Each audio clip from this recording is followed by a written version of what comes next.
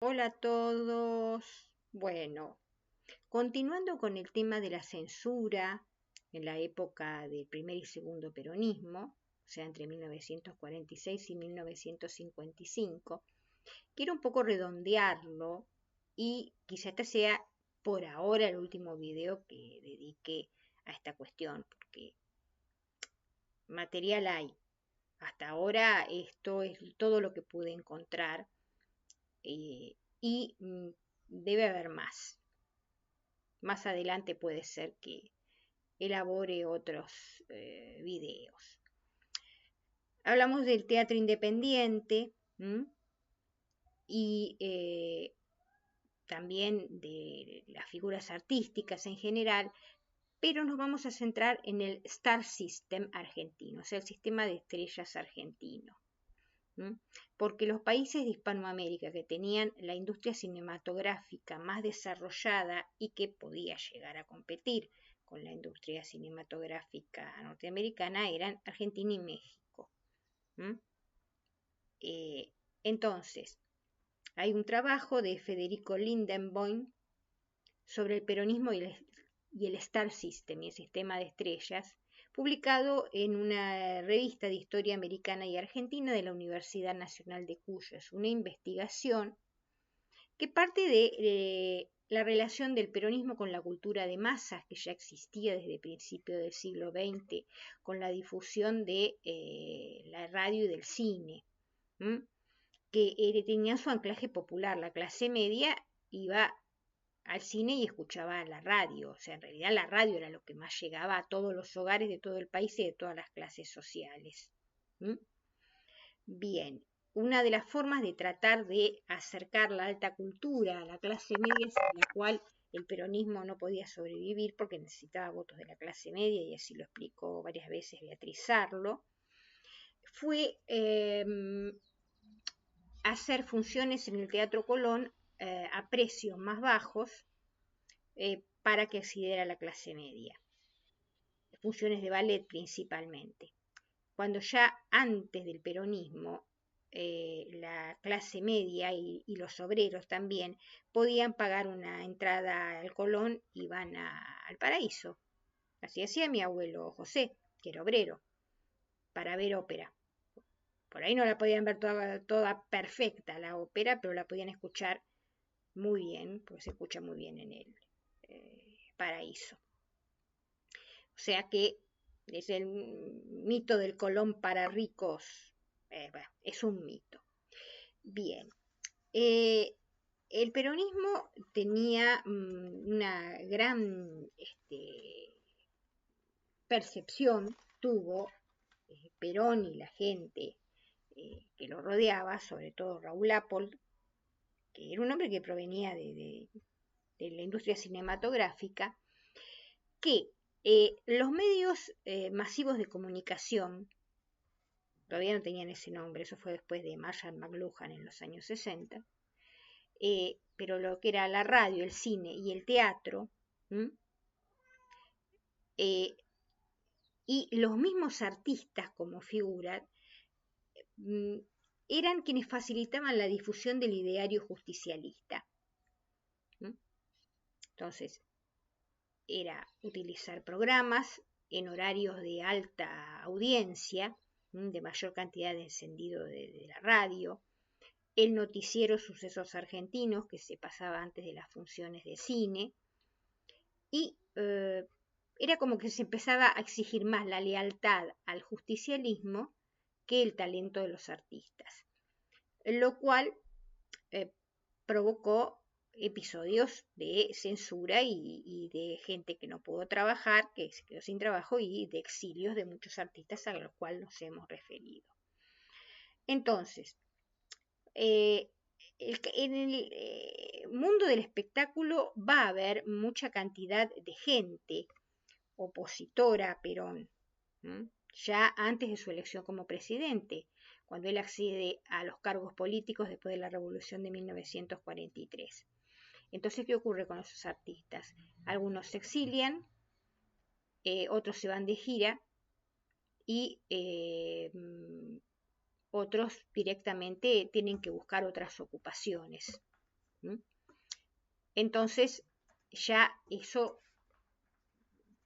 aunque nunca se encontró una lista negra escrita o listas negras escritas, se sabía que si vos no te afiliabas o no te manifestabas a favor del peronismo, y no te iba a costar mucho conseguir trabajo.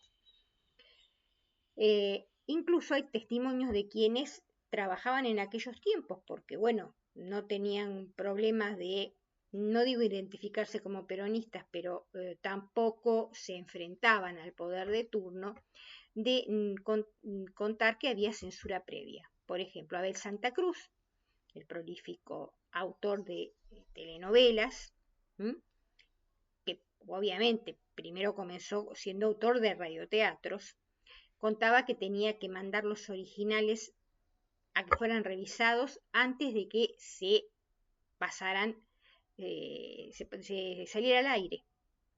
O sea que había una censura previa, que tenían que llevarlos a una oficina que dependía de Raúl Apple en el centro, y eran revisados y le daban el visto bueno para que después se leyeran en el aire. Los libretos y guiones de los radioteatros, que bueno, después Santa Cruz, cuando pasó a la televisión, lo utilizó para escribir las telenovelas. También se planteó una situación, una obra del filósofo existencialista y dramaturgo francés Jean-Paul Sartre, fue censurada. Esa obra, Las manos sucias,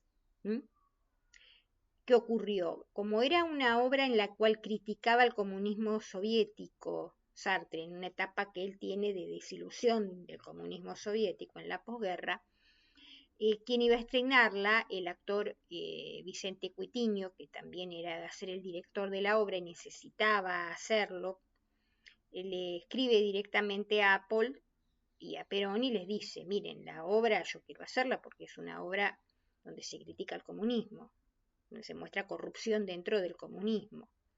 Esa obra se volvió a representar hará unos 3-4 años en el Teatro San Martín. Las manos sucias de Sartre, una de las primeras que él encara una crítica al Partido Comunista, donde plantea un hecho de corrupción entre las altas esferas del comunismo. O sea, ya después de la segunda posguerra se empezaban a ver esas visiones críticas. Y bueno, Sartre con Las manos sucias, que después tuvo que cambiarle el final, en fin. Pero finalmente la obra de teatro se pudo representar. Bien, entonces la obra se estrenó finalmente, no era una obra pasatista, obviamente, como ninguna de las obras de Jean-Paul Sartre. Pero bueno, ahí marcaba también que podía la censura tener cierta flexibilidad, sobre todo porque Vicente Cuitiño era un actor bastante reconocido. Bien. Había actores que decían directamente ser peronistas. Fueron Juan Carlos Torri, Tita Merelo, la actriz Zuli Moreno y su marido, el director cinematográfico Luis César Amadori, que había sido compañero de escuela de Raúl Apple, Virginia Luque, que comenzaba su carrera primero como actriz y después como cantante de tangos, Mecho Ortiz y bueno, Hugo del Carril, y también Fernando Ochoa, que era un actor bastante popular, sobre todo por los recitados criollos. Entonces, esto te aseguraba el trabajo. Incluso una de las películas más conocidas del tándem Luis César Amador y Zuli Moreno, Dios se lo pague, es como, digamos, la metáfora de la política justicialista en la Argentina. Otra forma de difundir era hacer fiestas en las casas de los artistas. O sea, los artistas no vivían en barrios cerrados, se vivían en los barrios más paquetes de Buenos Aires, no existía todavía el barrio cerrado, estamos hablando de 1946 a 1955. Había zonas muy lindas como San Isidro y Martínez en las afueras, pero los artistas vivían en el centro. Entonces se hacían fiestas, reuniones, generalmente los fines de semana, iban políticos, se invitaba a políticos y se sacaban fotos. Estas fotos eran publicadas en los suplementos de espectáculos de los diarios o también en las revistas de espectáculo que eran Antena y Radiolandia, las más conocidas. Bien, y esto era como que te daba, a ver, popularidad entre la gente. Decía, mirá, fulanito recibe a los políticos y está con el régimen y está junto con el ideario justicialista, y esto, como dirían hoy en día, garpa.